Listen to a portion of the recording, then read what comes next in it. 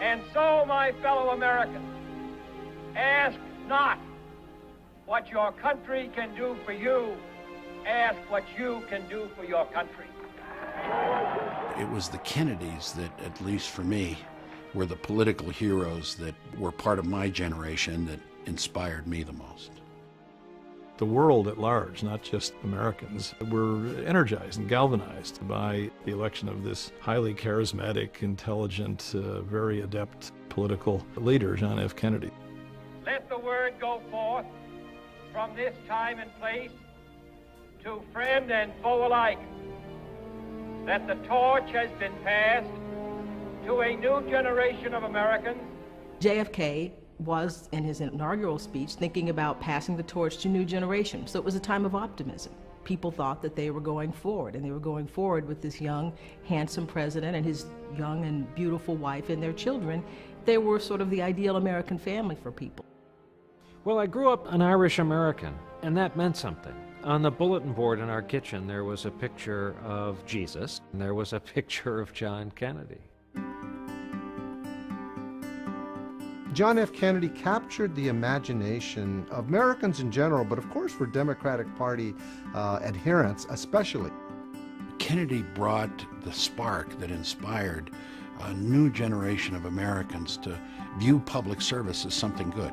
And then his personal style, his ability to communicate and use television. We stand today on the edge of a new frontier, the frontier of the 1960s.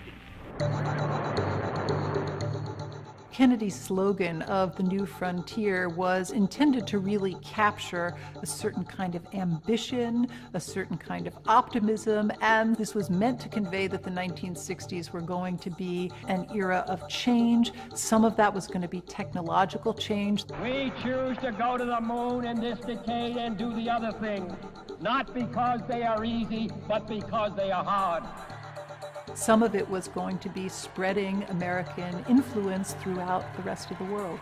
There are many people in the world who really don't understand, or say they don't, what is the great issue between the free world and the communist world. Let them come to Berlin.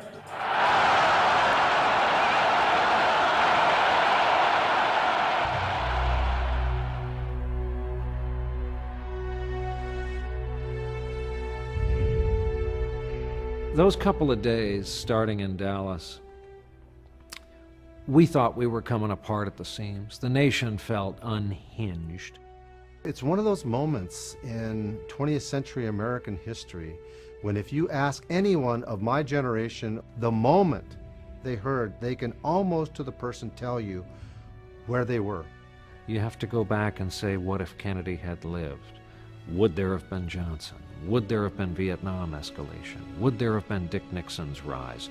Would there have been Watergate, which then swung the pendulum to Jerry Ford and Ronald Reagan?